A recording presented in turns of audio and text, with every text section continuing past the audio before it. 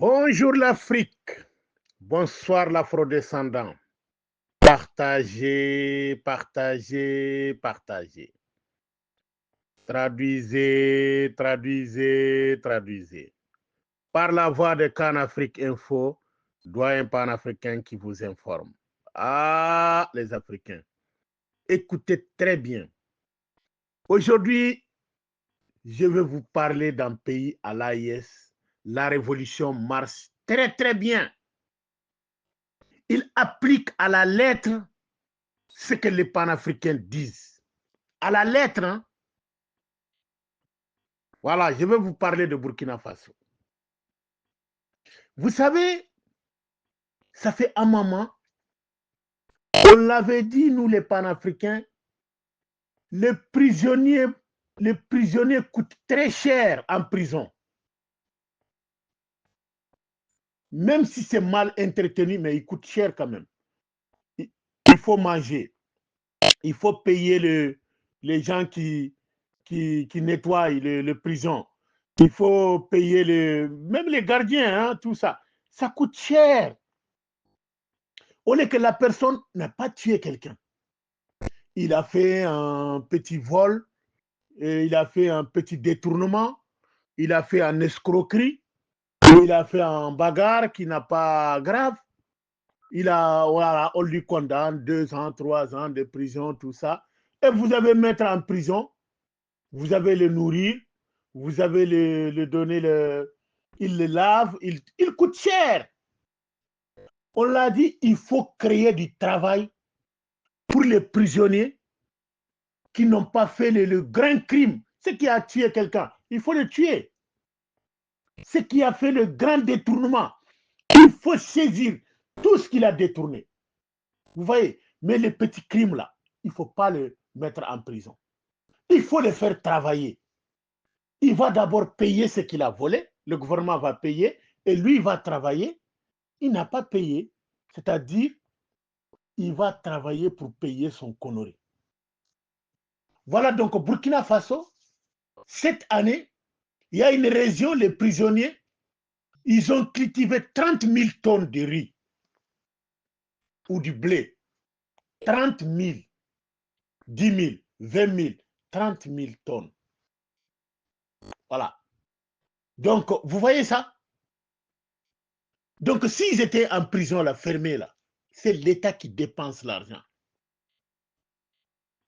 Mais peut-être la fin de l'hivernage, eh ben, ils ont payé ce qu'ils ont volé, eh ben, ou bien ils ont payé leurs crimes, ils peuvent être libres. Et ça leur donne des leçons, ils ne vont pas faire la même chose. Mais si tu enfermes quelqu'un, tu le fais sortir 2 ans, 3 ans après, il est perdu. Il est capable de faire une autre connerie encore. Il va se retrouver en prison.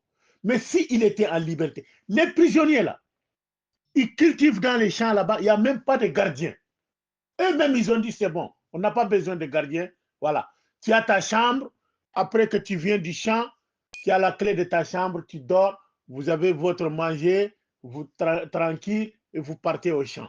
Voilà les récoltes. Regarde ces blés-là. Il a fait gagner le gouvernement. Donc, on a des prisons remplies. Remplies. Ça nous sert à quoi? Je vais vous dire une chose qui va vous étonner. Vous ne savez pas que cette prison fermée-là, c'est venu après le règne des pharaons. Quand l'Égypte a été attaquée, le pouvoir des pharaons a été détruit par les agresseurs des Perses, des Vénitiens, des Arabes, des Occidentaux. Ils ont attaqué l'Égypte, ils ont détruit l'Égypte et la déportation, les colonisations, c'est là-bas que les prisons ont commencé. Je vais encore vous dire quelque chose qui va vous étonner. Vous avez vu la carte d'Afrique là? La tête en bas là? Parce que l'Afrique qui est en bas, l'Europe est en haut. La carte, elle est de l'autre sens. La vraie carte du continent africain, il faut enlever la tête en bas, tu mets la tête en haut. C'est l'Afrique qui est en haut. Est-ce que vous savez ça? Donc, ils ont tout changé, tout.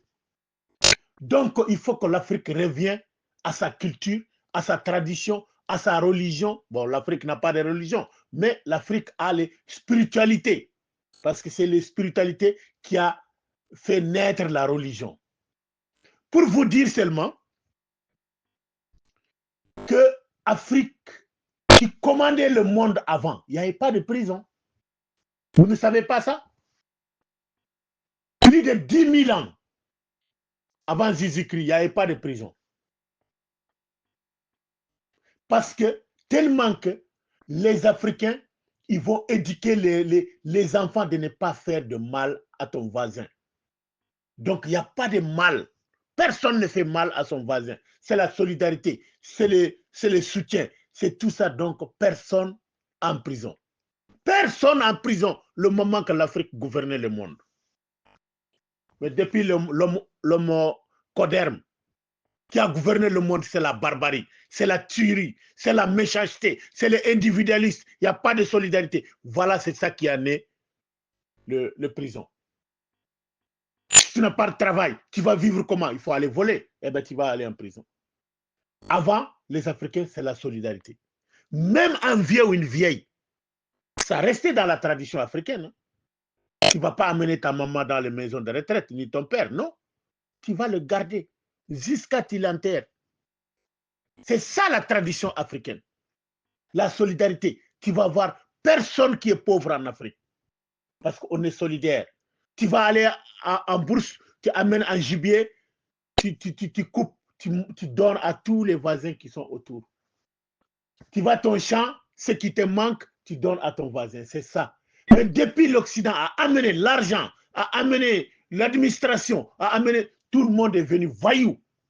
Et ce changement de mentalité, et ça a né la misère, ça a laissé les traces qu'aujourd'hui les Africains ne s'aiment pas, ne cèdent pas, ils se font du mal, ils s'entretuent entre les langues, les ethnies. Vous voyez ça? Tout ça, c'est né après l'Égypte est détruite.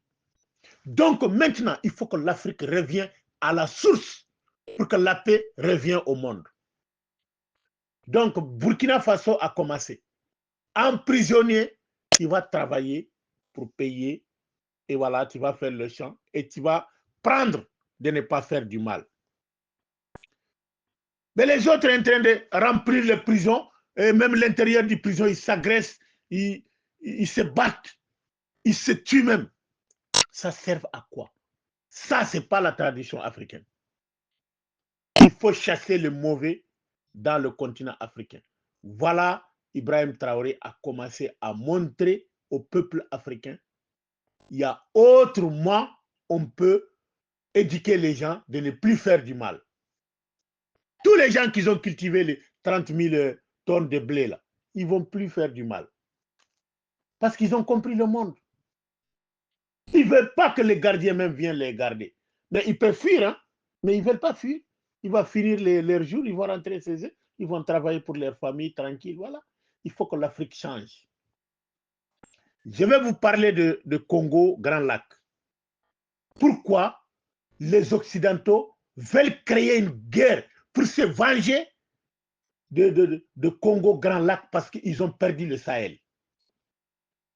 On demande, les panafricains demandent à tous les pays africains de se mobiliser aux côtés du Congo. Je vais vous dire qu'est-ce que le danger. Congo, il est en frontière avec 9 pays. Écoutez-moi bien, avec 9 pays. C'est le centre de l'Afrique.